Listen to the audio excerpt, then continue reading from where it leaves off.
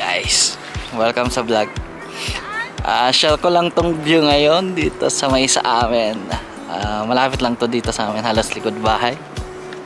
Yeah. Puting-puti yung snow.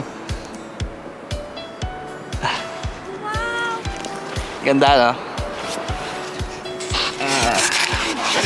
Ay, may lakon doon. May lakon doon, no? Lakon. Tingnan natin. Ang ganda dito.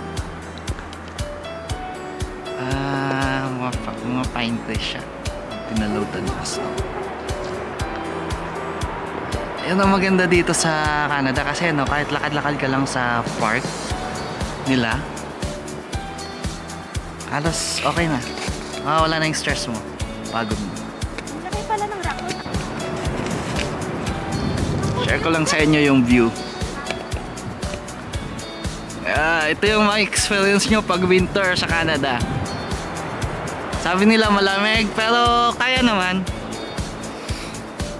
Sabi nila maganda.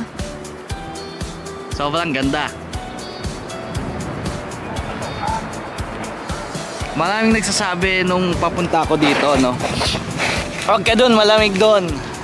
Huwag ka dun, sobrang layo. Ayun, maraming kang maririnig na ganun. Totoo, pero kaya naman yung lamig eh. Kung ganito ba naman yung pupuntahan mo dito, diba? Sulit ang pumunta dito sa kanya.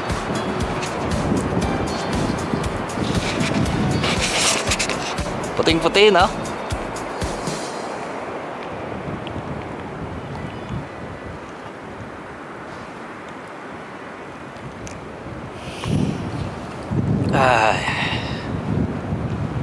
Gusto mo bang pumunta dito?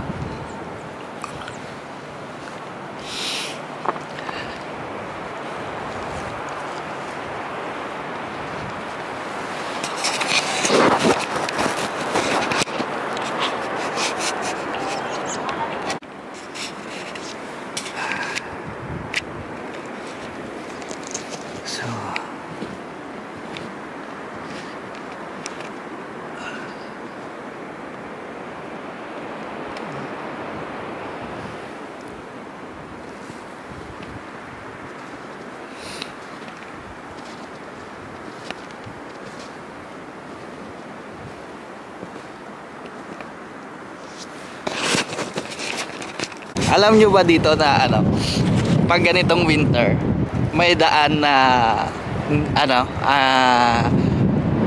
kung saan pwede kang maglakad, pwede rin na maggamit ka ng pang ice skating lang. Pakita ko sa inyo. Kasi nga ice yung kalsada, di ba? Ayun. Ayun siya. So pwede kang mag ice skating dito sa daan na to. Ay gate na siya. Ayan, paggabi may ilaw. Yan dito. Ice. So, pag maglalakad ka, dito ka lang sa gilid. Kasi dapat, para lang dapat sa mga nag-ice skating. So, pero pwede naman siya nakalan. Pero nakakatawa, no? During winter, may ganitong daan. Kung sa atin, skateboard, rollerblades, dito, yung pang ice skating. Hindi ko alam yung tawag.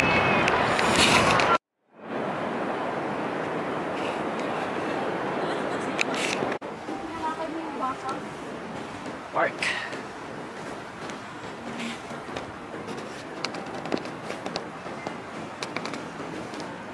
Ganda, no?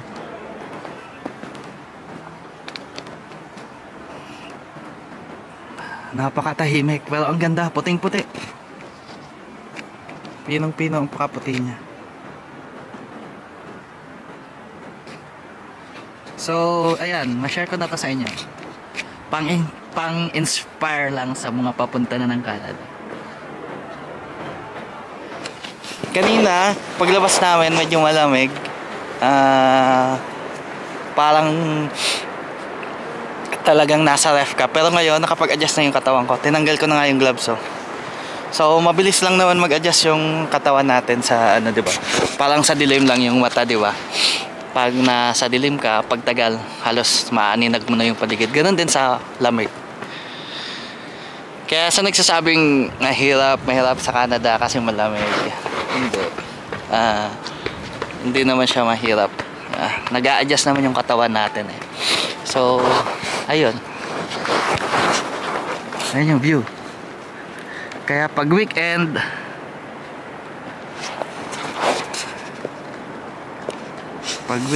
at pag rest day, lakad-lakad minsan sa park. Or pwede ka mag-sledding. Madaming pwedeng gawin kahit winter.